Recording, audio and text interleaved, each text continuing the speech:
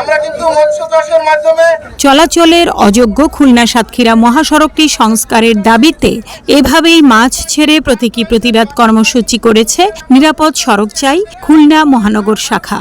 6 September শনিবার দুপুরে 0 point সংলগ্ন বাংলাদেশ উন্মুক্ত বিশ্ববিদ্যালয় খুলনা আঞ্চলিক কেন্দ্রের সামনের সড়কে এই কর্মসূচি করা হয়। মাত্র 5 বছর আগে 150 কোটি টাকায় নির্মিত মহাসড়ক এখন যেন মরণ ফাঁদ। তৎকালীন প্রভাবশালী ঠিকাদারি প্রতিষ্ঠান মোজাহার এন্টারপ্রাইজ সড়ক নির্মাণ প্রকল্পটি 2022 সালের জুনে শেষ করে।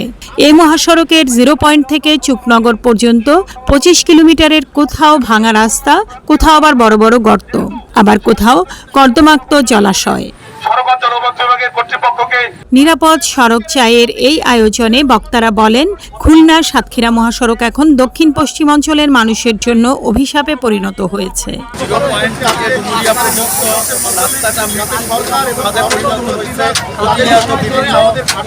যানবাহন দুর্ঘটনায় পড়ছে এবং অ্যাক্সিডেন্ট হচ্ছে।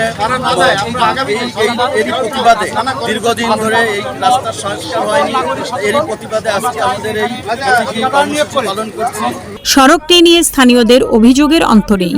খুলনা সাতক্ষীরা মহাসড়ক দিয়ে প্রতিদিন হাজার হাজার যানবাহন ঝুঁকিপূর্ণ সড়ক যাত্রা করছে।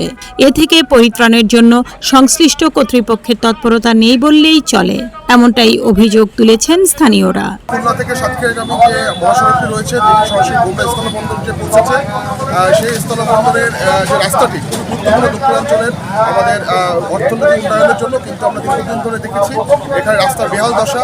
এই দুর্দশার কারণে সাধারণ জনগণের চলাফেরা খুবই কঠিন হয়ে দুর্বিষহ হয়ে দাঁড়িয়েছে। বিভিন্ন সামাজিক সংগঠনের প্রতিবাদ জানালেও প্রশাসন এটা আমলে নিচ্ছে না। পক্ষ থেকে খুলনার নাগরিক নেতারা বারবার দাবি জানিয়েছি সড়কটি যেন মেরামত করা হয়, কিন্তু আসলে কোনোভাবেই মেরামত হচ্ছে না। যে কারণে কিন্তু আমরা আজকে কিছুক্ষণ আগে এখানে প্রতীকী কর্মসূচি মাছ চাষের মাধ্যমে একটি কর্মসূচি পালন করছি। কারণ হচ্ছে আমাদের এই প্রতিবাদটির ভাষা যেন সরকার সহ সড়ক বিভাগ বোঝে। আগামী দিনে আমাদের এই কর্মসূচিতে যদি সাড়া না পড়ে, আমরা সড়ক ভবন ঘেরাও সহ বিভিন্ন কর্মসূচি পালন করব। খুলনা সাতক্ষীরা মহাসড়কটির দৈর্ঘ্য 64 কিলোমিটার। এর মধ্যে 0 পয়েন্ট থেকে ডুমুরিয়ার চুকনগর 18 মাইল বাজার পর্যন্ত প্রায় 33 কিলোমিটার খুলনা জেলার মধ্যে পড়েছে, আর বাকিটা সাতক্ষীরা জেলার মধ্যে।